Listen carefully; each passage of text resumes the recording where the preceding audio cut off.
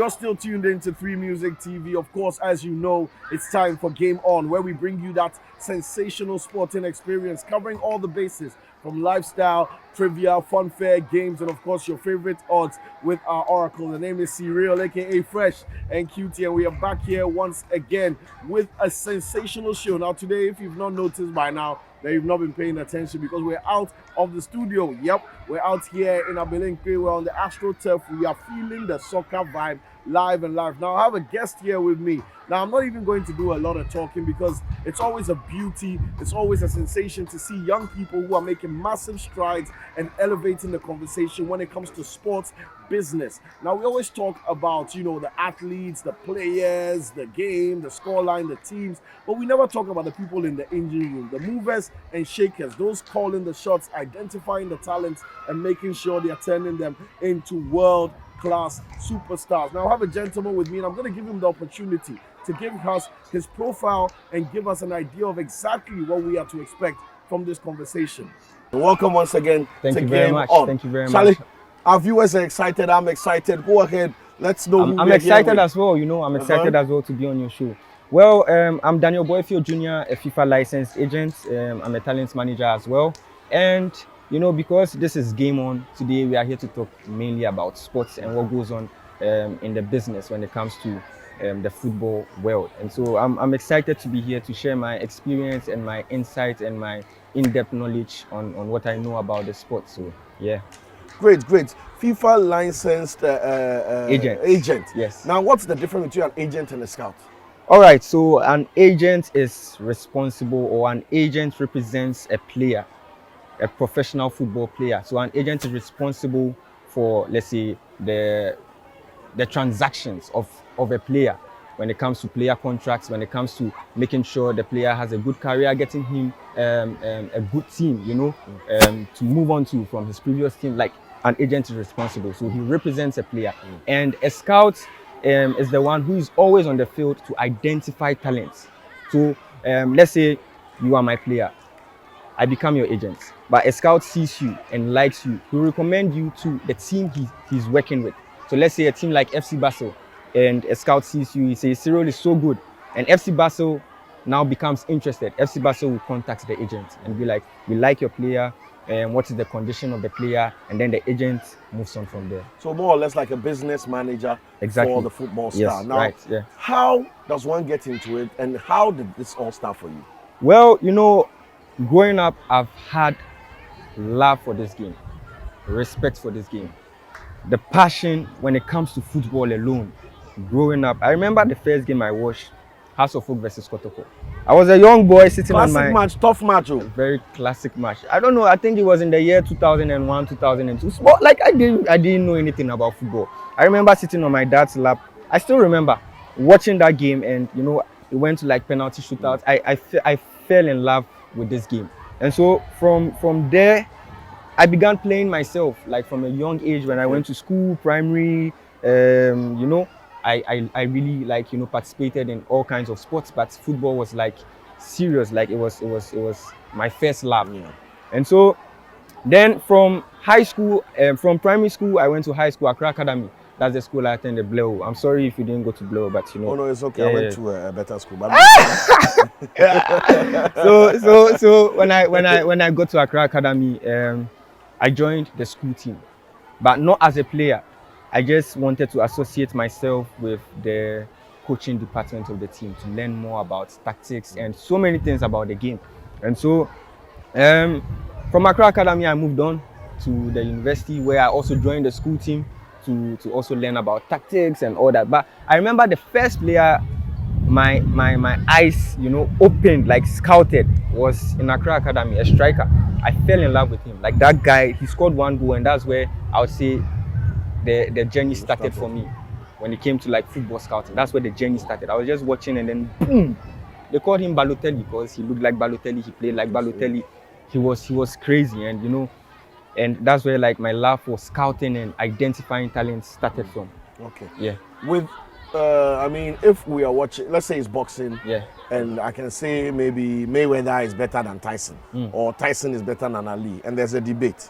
But in the agent space, how do you stay on point to continue to excel? Because it's not a competitive space Yeah. per se in a performative way. Yeah. How do you stay on point to ensure that you are excelling? So you found Balotelli. Yeah. What pushes you to want to find the next big star?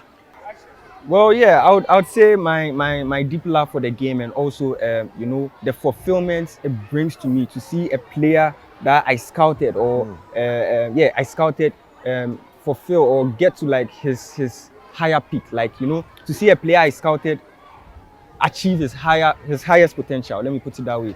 And so yeah, that's what keeps me on top of my game, or to stay on top. That's like the positive side of it, you know. That fulfillment it brings to you to help a player achieve you know, his goal, being a professional player. And yeah. Okay, it sounds simple. I wouldn't say easy. Yeah. It sounds simple, just, you know, saying, oh, I've seen Danny, Yeah. they play. Danny, let's go. Yeah. How do you foster the relationship with the player, get them to earn your trust? Because football is multi-million-dollar conversation. Yes. Earn your trust, the business angle, the family, the father who was paying the school fees for Balotelli. How do you convince that father that your son should not become a biology major, he shouldn't become accounting major? Me, Danny, I will turn him to a star footballer. How do you go about that? You know, I'll give you an example. So there's this one footballer I found at a very young age. He's now in Spain. He's playing professional football in Spain now. And definitely players have families. Before you met the player, there were people behind. So whether he had managers, whether his coach was behind him, his parents were the one taking care of him, they were there. But you know, this is what he wants to do. He wants to play football. I see football to be a job, just like any other job. You know, you go to school to learn medicine because you want to be a doctor. And for me, I see footballers being on the pitch and training and developing their skills to be footballers because they want to be footballers. This is what they want to do. So this is their school. The pitch is their school. This is where they come and learn their skills and develop into very, very, very good footballers. And so it's a good question you asked. First of all, you need to establish trust between the player's family and you yourself, you the agent yourself. You need to establish that trust. You need to build a collaborative kind of working relationship with the parents.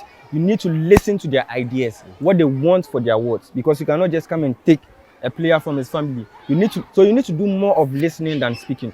Listen to them, let them tell you their worries, what their worries are really, and then as an agent, see within your capacity, within what you can do to help the family, you know, maybe if it's to come out of poverty or like to help them with some accommodation. They have their own worries. This is your player. It's business. You're going to make money from this player. But then in return, do something for the family.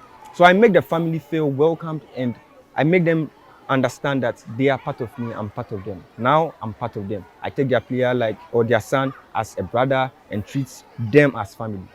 While you are taking, quote unquote, this random person as your brother, trying to take this random family out of poverty, improve their situation, get them to trust you, while you are doing business development, trying to find somewhere for their son, how do you adapt and stay flexible in this space? Because you're also a human being. You also have rent. You also get problems. You get some girlfriend for the bad day. You too, for adjust your life. How do you balance it all? Because it's like more or less adopting somebody. And you're a young guy. This is a business, a dream you want to do. You a young guy, now going to carry not just the player, but the player, his family, everybody. How do you adapt and keep that going? That's why in life, you can't do it all alone. I have a team behind me. So I know I can't do everything for this player by myself. That's why I have a team that supports me. And so when it comes to player management, all these things are involved, you understand? And for me, I've developed an effective coping mechanism. So when it comes to life, like my health balance and making sure I ensure a healthy balance, like working relationship with the player. I make sure all these things are put into place. And so for me, I would say I have a very good team. I trust my team and they make things easier for the company. They make things easier for the player as well and his family. Okay. On a personal level, let me give you an example. Let's say in the last 2-3 years, Neymar, Mbappe, Cristiano Ronaldo, Messi, their moves have been very epic. Yeah. And there've been a lot of talk, a lot of scandal, Yeah. speculation, all that. How personally, how do you deal with all that pressure? Because look at Mbappe going to Real Madrid. I can only imagine the pressure the agent, his agent has been under with regards to staying at PSG or going. How do you do that, and what principles do you have personally that, okay, for me, I want to play with the club that has these principles. I don't want to involve me in a club that has these principles. And those are you, the agent's principle. How do you make sure that you bring the talent's mind to that space so that when you say Yanko blue, my Yanko red, he will trust you? So first of all, 3 teams approach you. Let's say you're my player again. And I'm a 5, solid 5. A solid 5 defender. Hey, Charlie Drummond and so. So let's say a player approaches you, or like 3 teams approach you, and we have to make a decision. I know I'm your agent. I'm responsible for getting you a very good club. Being a good agent and to be transparent with you, I have to come and let you know what is on the table from all these 3 clubs. But then we both have to decide. Now, Chelsea comes in, Lazio comes in, Real Madrid comes in. Everyone knows Chelsea is a big club. Real Madrid is a big club. But you ask yourself, do you think you are going to get playing time when you go to these big clubs compared to Lazio? Where Lazio would give you some minutes on the field.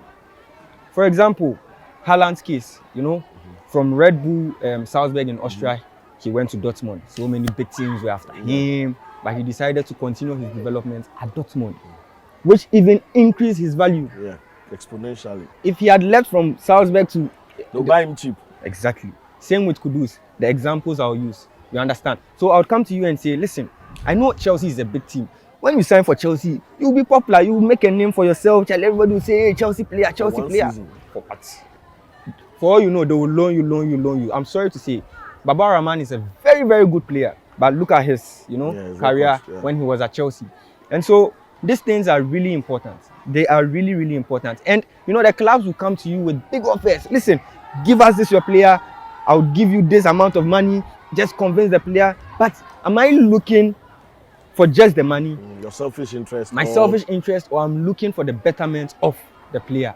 Okay. That's the question that I put on the table between myself and then the player. I can easily say, listen, forget Lazio. I'm taking you to Chelsea. I'm taking you to Real Madrid. I close the player's mind. I don't engage him in any conversation. But in the end, will it affect him? You ask yourself all those questions. Is it going to affect him? You understand? So that's... So you've brought a lot of, variables into the mix, right? It's not just the big team that's the best. It's not just the flashiest, most popular. Maybe you want him to chalk as some underground team for 2 years, get more value, then you go enter. Like that. Like Osimhen. Like Osimhen, perfectly. Have you had such a tough decision where they brought you gold and they brought you copper? Yes. But some of our copper, not for now. Yeah. So there's this player I have currently. He's playing in Spain. He plays for Alcorcon. And, before I took him to Alcorcon, I received an offer from a company, an agency. They were partners I used to work with. And they said, listen, let's take this player to Qatar. I'm going to give you $300,000 if this player goes to Qatar. The money was good. Me, I didn't really take a decision like instantly. They said, we are going to give you this amount of money if you give us this player to take to Qatar. And then I had an offer from another team. That's their team in Spain. They said, listen, we want you to give us this player for us to develop him, for us to build him to be a top star, because he has what it takes to play. The potential is clear in the top league in Europe. And the Spanish league is like top 5 leagues in the world. There is a top league on its own. That offer wasn't coming with any money. They wanted him on a free transfer with, the development, with the potential. Plus maybe some future percentage sell on for the clubs and, this agency commission thing coming in. So I had to choose between Qatar and Spain. If I take him to Qatar, I have that money in my pocket, boom. But looking at development between Qatar and Spain, which country develops footballers better? Where is the, if it's not money and money making like business, if you are not, what do they call them? They call them, I've forgotten the term for this agents. transactional agent. Yeah. If you are just in for the money, so I was like my 10% then Charlie, away. So it was more of dumping the player in Qatar for him to waste his life there and having like that amount of money, huge sum of money in my pocket, and then that is it. Or taking the player to Spain for him to be developed, and then a bigger club, top club, comes for him. And can you believe I moved the player last summer to Spain? When he went in summer. He went in the summer, somewhere September, October. In January, a team in the same like Spanish. They were interested in him, and then they loaned him to their team. And what even surprises me the most, what makes me like so happy like with this deal is, as a lone player in that team, he started all games ahead of the players who are already there. A lone player. Now the team wants to get him on a permanent transfer. You understand? And other teams are also fighting for his signature. This is a decision I now have to make this summer because the window is now open, and we have to make a decision for him for his next phase. And you see, I made a very good decision because now his value is increasing. And it will increase more than that 300k they wanted to give to me. And it will become times 10. You understand? And so, yeah. On that long, it's a long game. Yeah. It's a long game. It's more than 90 minutes. It's a long game. Journey, yeah. How do you stay motivated? Not everybody, especially coming from Ghana, will get $300,000 opportunity and say, let's see in 3 years. Yeah. People will collect that money and close their mind. Exactly. How do you stay motivated and how do you stay objective? What principles internally keep you objective that let me ignore the 300k now because we might get 3 million K in 5 years or in 3 years? How do you balance that? The discipline and the objectivity. Integrity for me is key. A key principle. Like you said, discipline. And you know, I know money is good, but you should also look.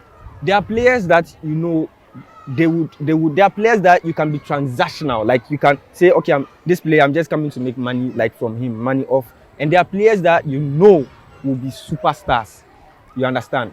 And so, for me, what keeps me motivated is my passion for the game. Like I said, I find fulfillment just by helping players I scouted reach their highest potential. That's how I stay motivated. That's what makes me happy. To see a player make it to the top level, it makes me so happy. It makes me so happy. Well, that is definitely a lot for us to unpack and a lot for us to take in. Now, of course, you know we don't just rattle on here on Game On. We bring you the insightful conversations. But what we're going to do is we're going to go shout out some of our sponsors and our brand partners now. We're going for a commercial break. When we come back, we're going to be jumping into Danny's career path, the timeline, exactly when it started, the sequence of events, and how we got to where we are today. Go nowhere. You're still tuned in to Game On.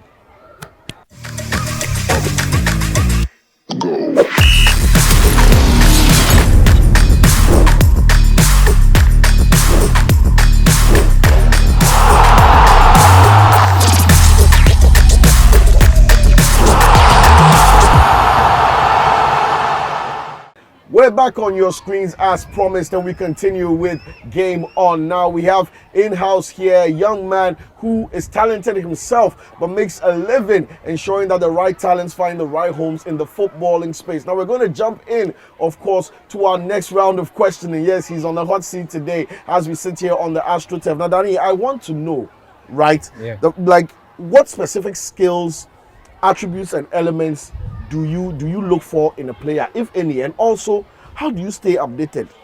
We are in Abilinkwe now filming. Yeah. Even to know the football talent in Abilinkwe is a big job. Not to speak of Accra, then Greater Accra, then Ghana. How do you stay updated? And what do you look out for when you say, okay, Q2, I'm looking for a talent? How do you go about it? When it comes to a player, I look for a mix of the physical, technical, tactical, and mental attributes of the player. These are key. Physical, technical, tactical, and mental. You understand? These are key, factors in getting very, very good players. These are skills I look for in a player. And the next one you asked was, so how do you scout them? Yes, so it's not like Uber that you see that one is in 2 minutes away. You're right. And that is a very good question. You see, in the beginning I said I have a team. Yeah. But then, so when it comes to that, I make sure that I focus or I rely I rely on watching games. I rely on networking, that is with coaches and other scouts, because I can be somewhere, they call me, yo DBJ, Charlie, there's a game going on here, we want you to come tomorrow at this time, and then I'm here. So I have a whole team. They are out there looking for games, you know, for us to, exposures, yeah. exactly, to scout and get like the best talent from them. And so it comes to networking. I network with coaches, scouts, and yes, maybe club owners as well, you know, to keep me updated on the players they have. So yeah. What's the biggest challenge you face within the eco space? The biggest challenge I would say is there was a time I organized a justifier in Accra. I was just hoping to get like 100 players from different places coming to expose themselves, like to showcase their talent. Can you imagine how many, like the numbers we got? How many? 2,600. And we had registered the park for just a day. 2,600 players had registered for this justifier. I was expecting just 100. And so the players came, and it made my work so difficult because we had to reduce the time of, and people are coming all the way from Tamale, it was crazy. Some people came to Accra the day before. It was crazy. The way we had to scout the players and then group them from like the best, and it was just difficult. That I would say that was the most difficult challenge like I ever experienced. Do you use data and analytics in any way? Well, I still go by the old traditional method. You know, data and analytics provide valuable insights, you understand? But I'm someone that believes in my instincts, my judgments. When I see a player, when somebody recommends a player to me, I don't just want to see videos or a player's CV which says, oh, he has scored 62 goals in 70 games. I want to be on the field myself. And analyze yourself. You understand? That is how I work. Yeah. What advice would you give to aspiring players, young talents, small skill? What would you give to them to maximize the opportunities of meeting a guy like you? Well, they should focus on their on and off field movements. You understand?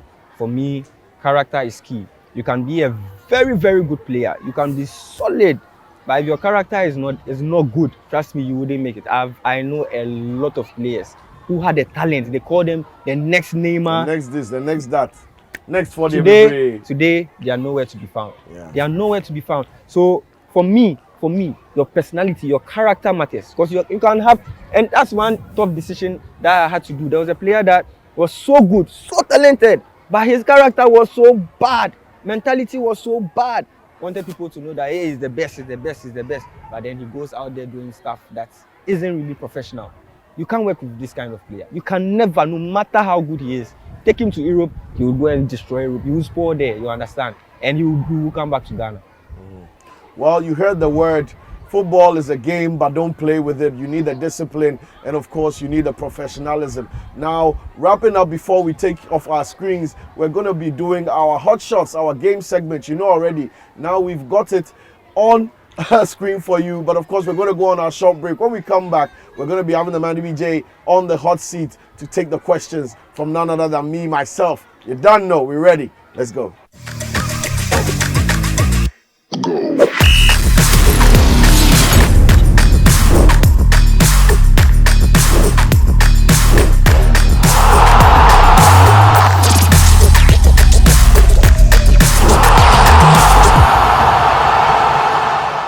We're still here on Game On. I'm here with the man DBJ, and of course we're getting to the hottest part of our show where I love the best.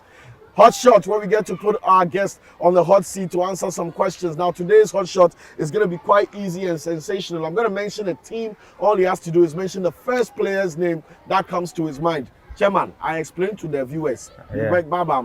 Let's go. So the first team that I've got ready for you here is, are you ready? I'm ready. Me boy, I know about Tiki-taka. You make ready? So we mentioned the team, I mentioned the player.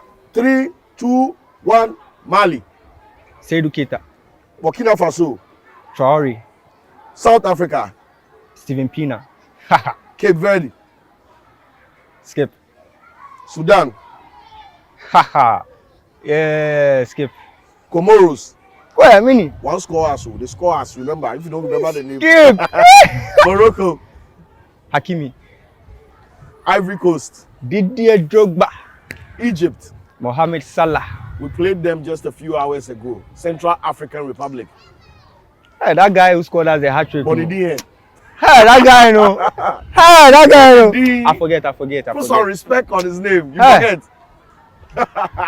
Boo something. Nah. Eka. Before we wrap up and we go check out our oracle who has the best odds for us, I want you to give us 2 names of some players that you've been able to elevate from the dream stage to the massive reality.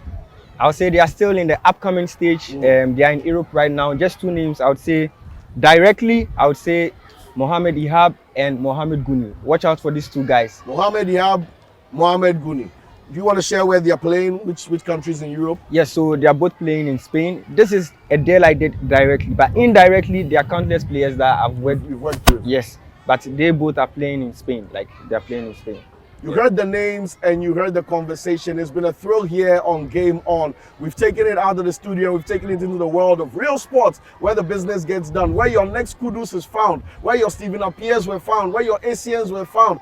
This is where it happens. Where your Mbappes were found. This is where it happens and this is how it happens. My brother, thank you for giving us your time and thank you for the sensational conversation. I really enjoyed it. We look to have you back here. And the next time we hear a big Ghanaian name, may it be your doing. Amen. Great. Remember, this is 3 Music TV. This is Game On. And for now, we're going to give you the oracle. When we come back, we're signing out. Till next time, the name is Serial, a.k.a. Fresh and QT. Peace.